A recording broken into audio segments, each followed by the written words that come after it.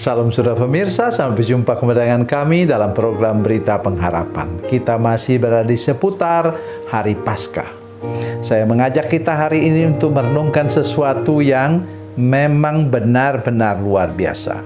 Kalau saudara meniru sikap ini, saudara akan mengalami satu kehidupan yang tidak terbayangkan.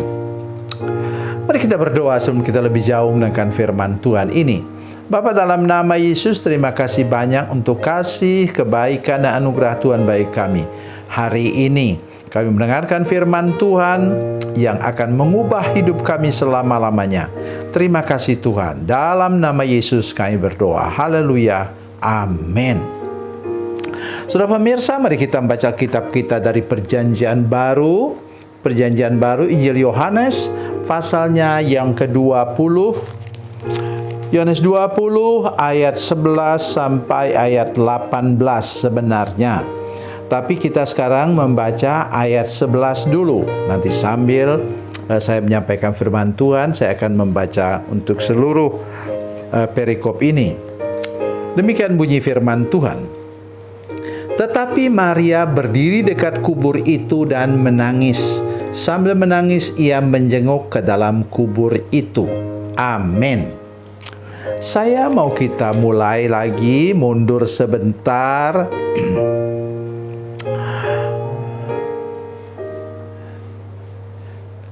Melihat firman Tuhan ini, kata firman Tuhan, kita mungkin harus mundur ke lihat di Injil Lukas, saya rasa. Mari kita lihat Injil Lukas. Lukas pasal 24. Lukas pasal 24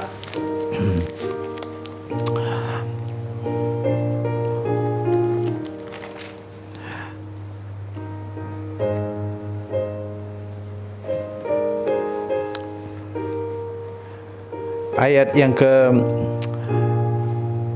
ayat 1 ya. Tetapi pagi-pagi benar pada hari pertama minggu itu mereka pergi ke kubur membawa rempah-rempah yang telah disediakan. Nah, tadi kita mendengar misalnya itu Maria 2 orang, ya tentu satu Maria Magdalena ini. Maria 2 orang, Salome, kemudian siapa lagi? Paling tidak ada 4 orang pergi ke kuburan itu. Ibu-ibu semuanya. Nah, terus sampailah di tempat ini. Dikatakan juga kemudian Maria ini melaporkan kepada Petrus dan Yohanes bahwa Tuhan Yesus sudah tidak ada lagi dalam kuburan itu. Nah, dengar ayat 10. Pasal 20 ayat 10, lalu pulanglah kedua murid itu ke rumah. Dan tadi ayat 11 katakan, tinggal Maria Magdalena sendiri situ. Artinya apa? 3 orang ibu sudah pergi, 2 orang murid Yesus sudah pulang, tapi Maria Magdalena bertahan di situ. Pesannya apa, saudara sekalian?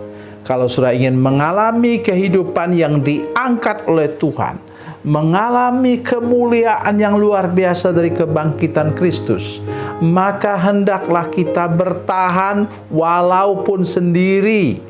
Ya, walaupun sendiri kita harus bertahan. Ya, ada banyak orang yang ketika melihat orang sudah meninggalkan gereja itu, maka ramai-ramai mereka pergi. Tapi sudah tahu, saya berkali-kali menyaksikannya, bahwa orang yang bertahan di situ tetap berdoa bersama-sama dengan pendetanya. Ya mungkin pendetanya betul-betul bikin salah, tapi ingat saudara sekalian, selama orang masih hidup, dia masih bisa berubah loh.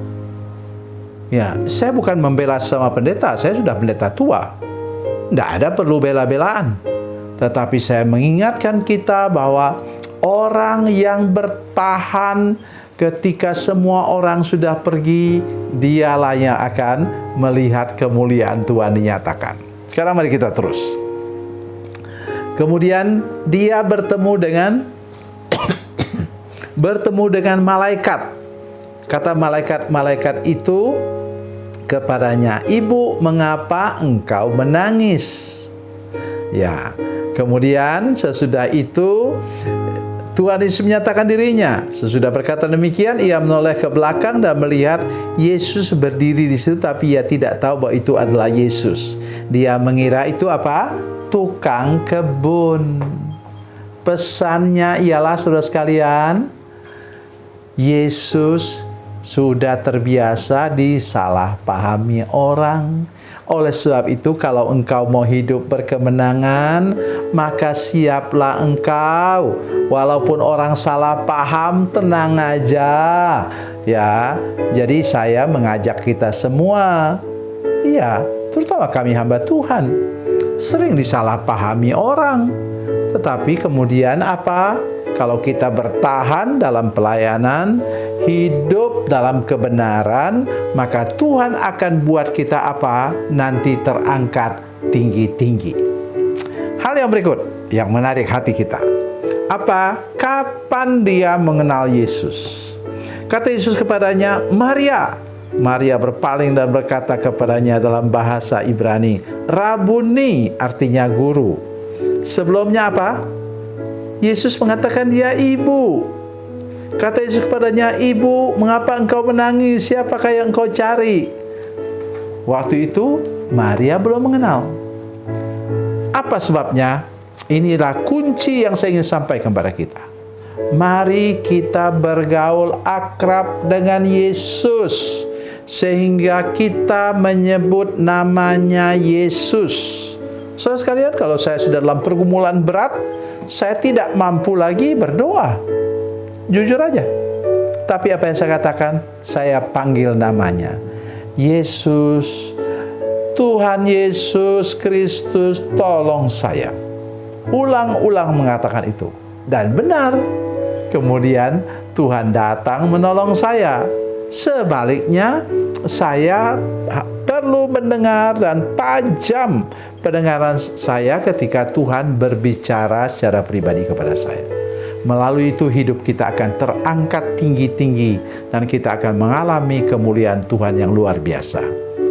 Tuhan Yesus memberkati, Tuhan Yesus baik. Mari kita berdoa. Bapa, dalam nama Yesus, terima kasih Engkau mengasihi kami, memberkati kami. Tuhan menolong sehingga oleh anugerah Tuhan kami dapat terus menjalani hidup ini walaupun berat, walaupun sukar, walaupun kami sudah tinggal sendirian, tapi kami tetap mengikut Tuhan sampai akhir perjalanan. Terima kasih Tuhan. Dalam nama Yesus, haleluya. Amin.